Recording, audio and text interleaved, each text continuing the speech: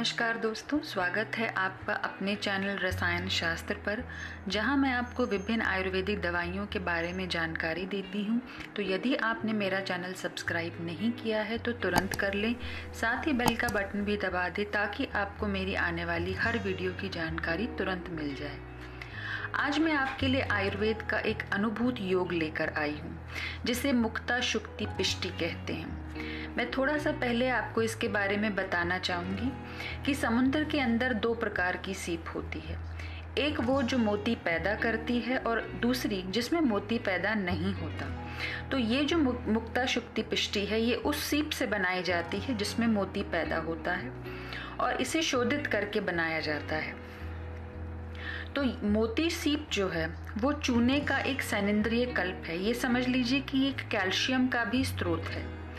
गुणधर्म में यह मोती की अपेक्षा कुछ कम होती है, लेकिन भस्म की अपेक्षा हमेशा पिष्टि जो है वो लाभदायक होती है और आपके लीवर पर सौम्य होती है। आयुर्वेद में इसका उपयोग क्षय, श्वास, खांसी, जीर्ण ज्वर, नेत्रदाह, हृदय रोग, पित्तजदाह, पित्त प्रधान, अरुचि, पित्तज, परिणामशूल, यकृत, वमन, पित्त अतिसार, अमल पित्त, रक्त, श्वेत प्रदर, प्लीहा, ग्रहणी आदि स्थानों पर बताया गया है। तो आज इस अनुभूत योग के साथ वीडियो बनाने का जो मेरा सबसे प्रमुख कारण है वो ये है कि मुझे मेरे एक भाई की रिक्वेस्ट आई कि मैं GERD यानी कि गैस्ट्रो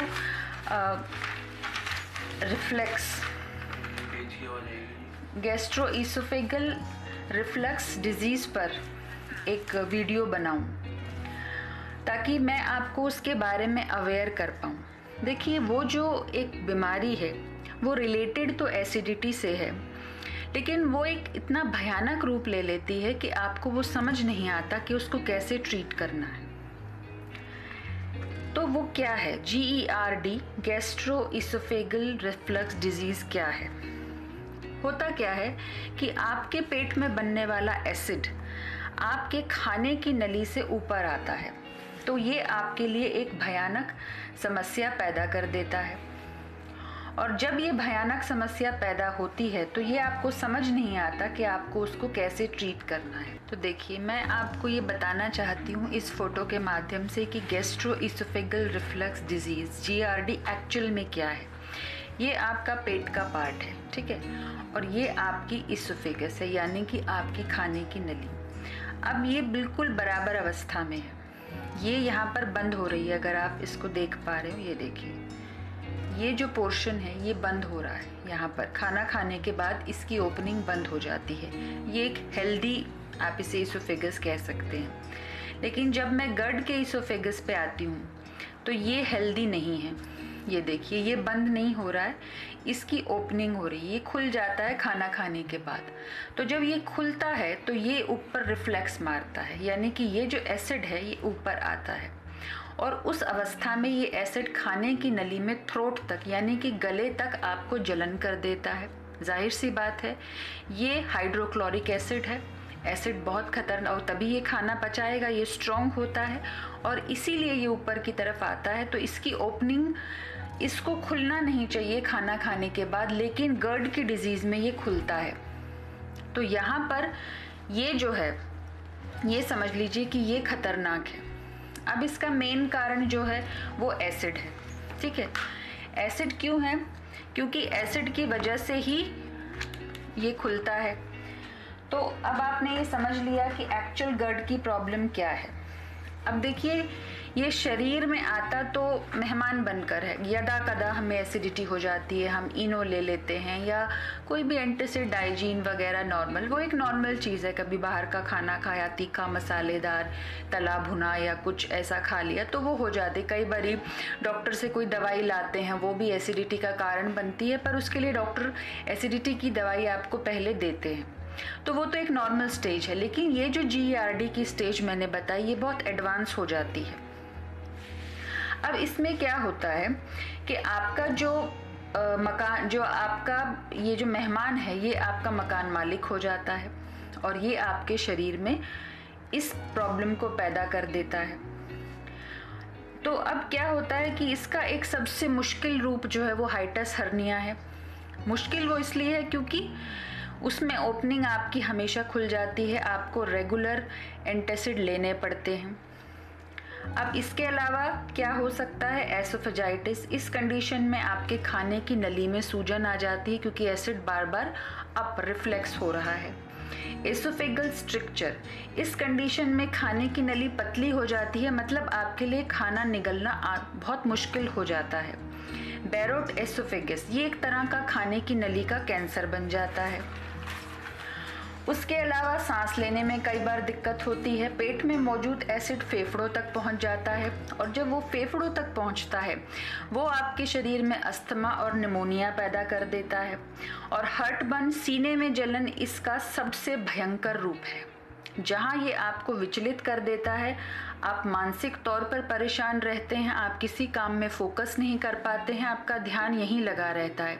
आपको लगता है मैंने अगर 2 बिस्किट भी खाए तो शायद मुझे वापस एसिड रिफ्लेक्स होगा, मेरे सीने में जलन होगी, हर्टबर्न होगा। तो ये आपकी ज़िंदगी को बहुत बुरी तरह से प्रभावित करता है। अब ये क्यों होता है? देखिए, महिलाओं में खासकर प्रेगनेंसी के बाद, क्योंकि जो गर्भाशय है उसका दबाव जब पेट पर पड़ता है तो भी ये प्रॉब्लम आपने देखा होगा मोस्टली खड़ी हो जाती है, तो वहाँ एक कारण है। दूसरा क्या होता है, कई बार बहुत भारी वज़न उठाने से ये पैदा हो जाती है। कई बार खांसी की कोई समस्या या खांसी की कोई बीमारी बहुत लंबी चल जाए और आपको तेज़ तेज़ खांसना पड़े, उसमें भी कई बार इस खाने की नली का मुंह खुल जाता है और उससे परेशानी होती है। और अगर आपकी पित्त प्रकृति है और बहुत ज़्यादा एक्सट्रीम कंडीशन में एसिड बन रहा है तो भी ये एक कारण होता है। उसके अलावा बहुत ज़्यादा आरामदायक जीवन, जिसमें कि हम बहुत कम मेहनत करते हैं, उससे भी, और कई बारी जो आपके शरीर का पोस्चर है, जब आप अपनी कमर को ज़्यादा बेंड करके बैठते हैं तो भी इससे असर पड़ता है। तो एलोपैथी में इसके लिए एंटासिड, पीपीआई, H2 ब्लॉकर्स, बहुत सारी दवाइयाँ हैं और उसमें कोई शक नहीं कि वो कमाल की हैं, क्योंकि ये बीमारी ऐसी है जिसमें आपको इंस्टेंट रिलीफ अगर नहीं मिले तो आपकी हालत ख़राब कर सकती है। और दूसरी बात कि अब मैं ये कहूँ कि उनके साइड इफ़ेक्ट नहीं है तो गलत है, साइड इफ़ेक्ट ज़रूर हैं, फिर कभी उसके बारे में चर्चा करेंगे। तो आज जो मैं आपको आयुर्वेद के अभिप्राय से ये बताना चाहती हूँ कि हम उसको कैसे कंट्रोल कर सकते हैं। देखिए, आयुर्वेद में क्या है कि जब आयुर्वेद को लिखा गया तो उस समय अम्लता का इतना वर्णन नहीं था। यदा कदा आपको कहीं कोई ऐसा श्लोक या कोई ऐसी उपचार इसके लिए लिखा गया, और वो उपचार भी पित्त से आप रिलेटेड समझ लीजिए।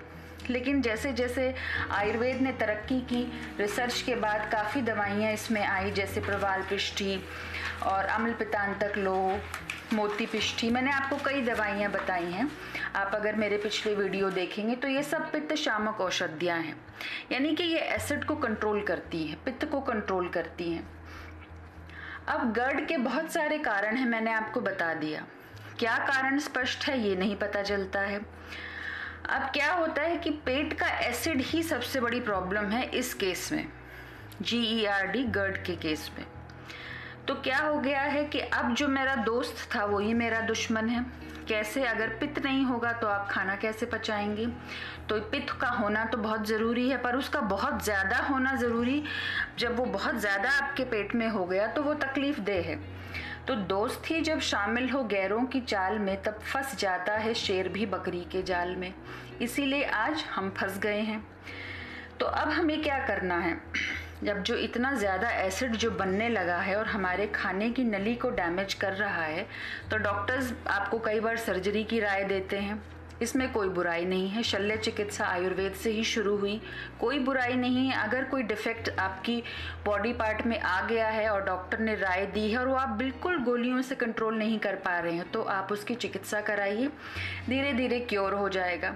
लेकिन प्रॉब्लम कहाँ आती है सर्जरी में, कि जब आपके पेट का एसिड इतना ज़्यादा बनता है कि सर्जरी के बाद भी अब पेट का एसिड तो अंदर रह गया, बहुत ज़्यादा एसिड है, क्या होगा? ज़्यादा गैस बनाएगा, ज़्यादा आपका पेट फूला रहेगा, डाइजेशन नहीं हो पाएगा। तो ये कुछ समस्याएं आपके सामने खड़ी हो सकती हैं, लेकिन ये कई बार कुछ दिनों के लिए होती हैं, कई बार ये ज़्यादा चलती हैं।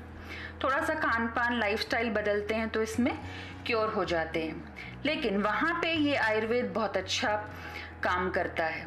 कैसे? आप मुक्ता शुक्ति पिष्टी का यूज़ करिए। आप सुबह जो है अपनी एंटासिड जो भी आपको डॉक्टर ने दी है 4 से 5 बजे के बीच ले लीजिए, बिल्कुल दिन छिपने से दिन उगने से पहले, यानी कि सूर्योदय से पहले आप ले लीजिए। और आपका एसिड उस समय, पित्त का जो टाइम है वो सुबह होता है, दोपहर होता है, पित्त का भी टाइम आयुर्वेद में बताया गया। तो उस समय अगर आपने उस एसिड को कंट्रोल किया तो आप सारे दिन उस एसिड को कंट्रोल कर पाएंगे। आप वो ले लीजिए। उसके बाद आप खाना खाने के बाद मुक्ता शुक्ति पिष्टी लीजिए। ये बहुत सौम्य है, कैल्शियम की कमी को भी पूरा करती है। साथ में ये जो एसिड बनता है पेट में उसके लिए बहुत अच्छी, क्योंकि खाना पचाने के लिए जाहिर सी बात है बॉडी अपना एसिड छोड़ेगी और वो ज़्यादा मात्रा में हो जाएगा, तब ये बहुत अच्छा कंट्रोल करती है। तो आप तब इसका इस्तेमाल कर सकते हैं। तो आपको इसको कैसे लेना है? आप खाना खाने के बाद 1 माशे, 2 माशा, 3 माशा या 1/4 टीस्पून ले लीजिए आंवले के मुरब्बे के साथ। आंवले की 1 पीस लीजिए मुरब्बे का, और जो उसमें जूस रहता है वो लीजिए। उसके साथ में आपको लीजिए, ये बहुत त्वरित गति से काम करता है और आपके सीने की जलन को बहुत मैं कहती हूँ 100% मैं इसके साथ गारंटी देती हूँ कि ये आपको बहुत अच्छा रिजल्ट देता है। और पिछले वीडियो में मैंने आपको एसिडिटी के लिए बहुत सारी दवाइयाँ बताई हैं, जैसे कामदुदा रस, शीत, सूत शेकर रस आदि। आप उनके साथ इसको पेयर कर सकते हैं। आप पिछली वीडियो अगर मेरी देखेंगे तो आप समझ जाएंगे कि पित्त के लिए वो दवाइयाँ बहुत अच्छी हैं।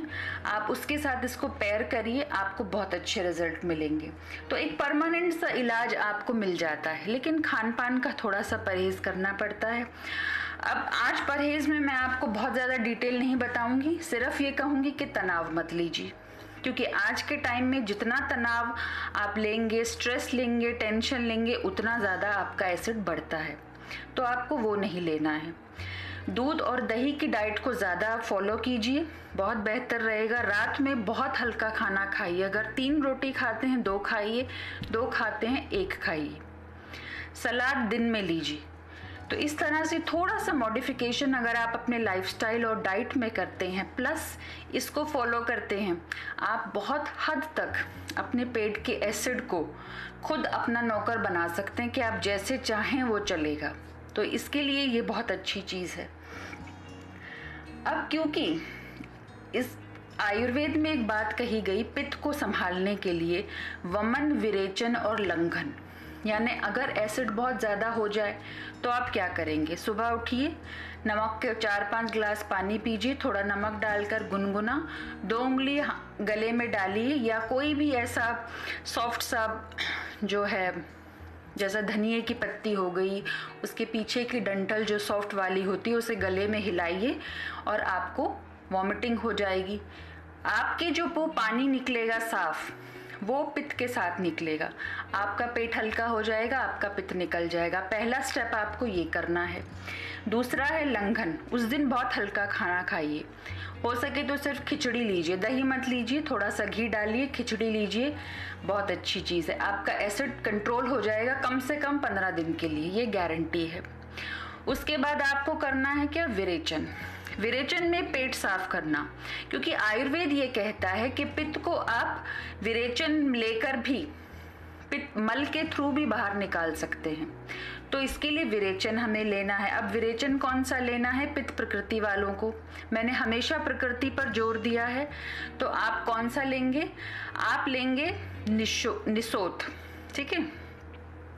अब वो उसमें आपको सनाई नहीं लेना है, सनाई एसिड को बढ़ाती है। एलोपैथी जो विरेचन है, डर्कोलेक्स और ये सब चीज़ें एलोपैथ बहुत ज़्यादा एसिड को बढ़ाती हैं, वो नहीं लेना है। सबसे अच्छा विरेचन गर्ड के लिए और एसिड वालों के लिए, पित्त प्रकृति वालों के लिए है निसोत, ठीक है। ये विरेचन 100% काम करता है, आपके पेट की बहुत सारी समस्याओं को ख़त्म कर देता है, लेकिन इसको शोधित करके लिया जाता है।